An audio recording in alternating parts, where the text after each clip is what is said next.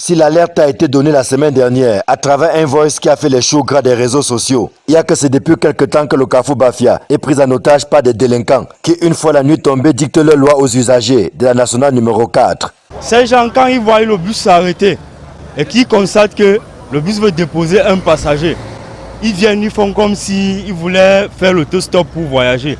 Ils s'introduisent dans le bus, ils neutralisent tout le monde avec des machettes et des couteaux. Ou alors quand le bus s'arrête et qu'un passager veut un peu se mettre à l'aise, ils arrivent à récupérer le passager individuellement.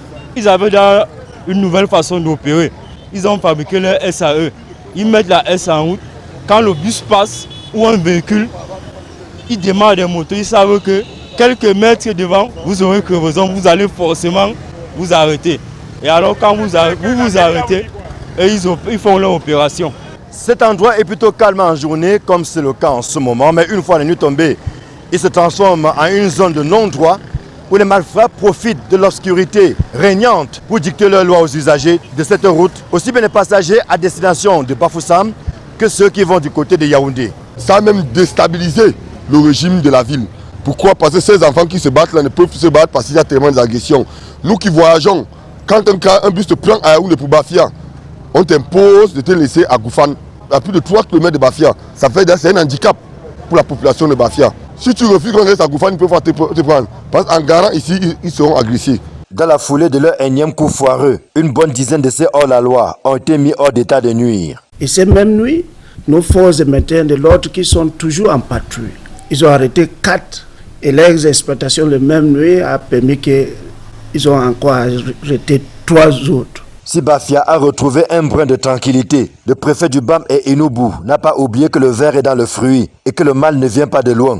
Beaucoup de ces jeunes qui avant étaient des complices, des dealers de drogue, on a mis main sur les principaux dealers qui sont maintenant en prison. C'est comme s'ils sont rentrés en chômage.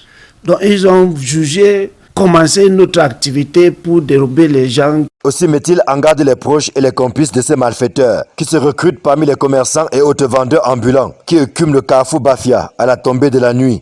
Nous les avons dit que les gens ne peuvent pas venir ailleurs pour venir agresser les gens sur cet axe sans qu'eux-mêmes ne connaissent pas. Vous allez voir que ces mamans-là, ces filles-là, ces garçons-là qui vendent dans ces bars-là, on n'a jamais inquiété personne.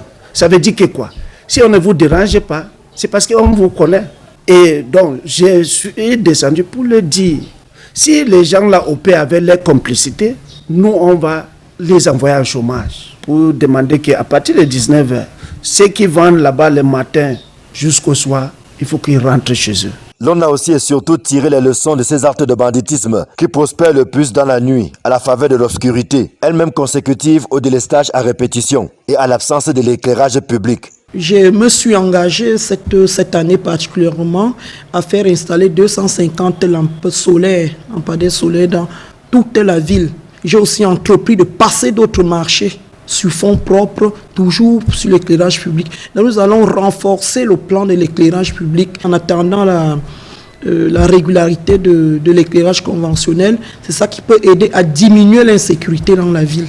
Les autorités administratives et les forces de maintien de l'ordre n'entendent lésiner sur aucun moyen pour tordre le cou à l'insécurité et mettre en déroute les fauteurs de troubles. J'ai même contacté un élite, le chef du canton Gam, dans le chef-lieu de Bafia, qui nous a aidé à construire un poste de police. J'avais demandé au commissaire de sécurité publique d'envoyer les éléments là-bas pour qu'ils puissent nous aider à tenir cette route. Et cette poste fonctionne, mais nous attendons qu'il sera renforcé. Les populations ainsi que les usagers de la nationale numéro 4 n'en demandent pas mieux. C'est une conjugaison d'efforts et de moyens qui permettra de venir à bout de l'insécurité qui tend à ternir l'image de la ville de Bafia. Les autorités administratives et les forces de maintien de l'ordre, certes, mais également les populations qui doivent jouer à fond leur partition pour venir à bout de ce phénomène grandissant. Ici Bafia, Emmanuel Job, Marcelin Gansop, Equinox Télévision.